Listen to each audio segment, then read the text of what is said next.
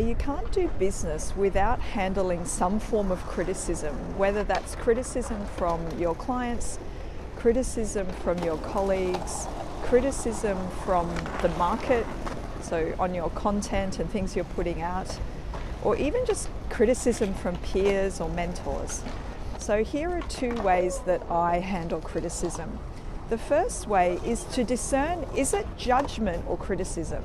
So I define judgment as having almost like a moral weight to it.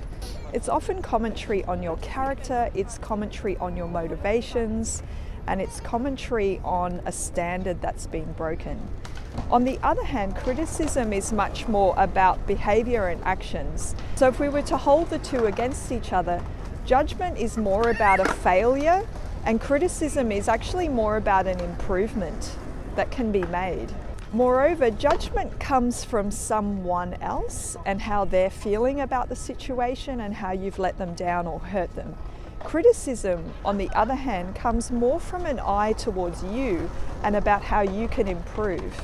Obviously, sometimes there's a combination where you've hurt somebody and they're telling you that you failed them, but at the same time they're pointing out how you can get better.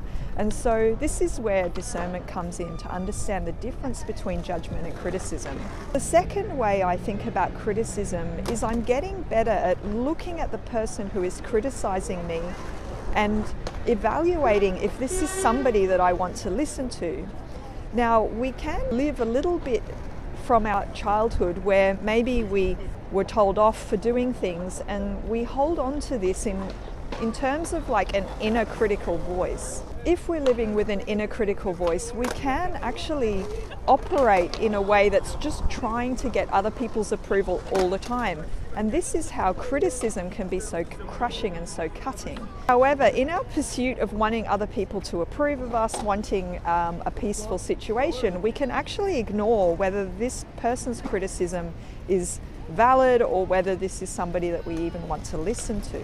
So the solution here is to first deal with the childhood wounds, to deal with the inner critical voice, to build a sense of self such that we are much more resilient on the inside, a bit more like a rock in a storm, and can handle other people's approval and disapproval in a much more constructive way. Basically, we're not going to please everyone.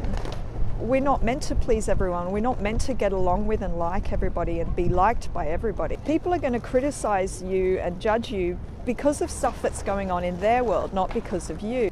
And a big thing that we have to do is take other people off a pedestal where we need to please them and keep the peace at any cost, and be much more in ourselves and be much more content in our inner world and able to handle disapproval.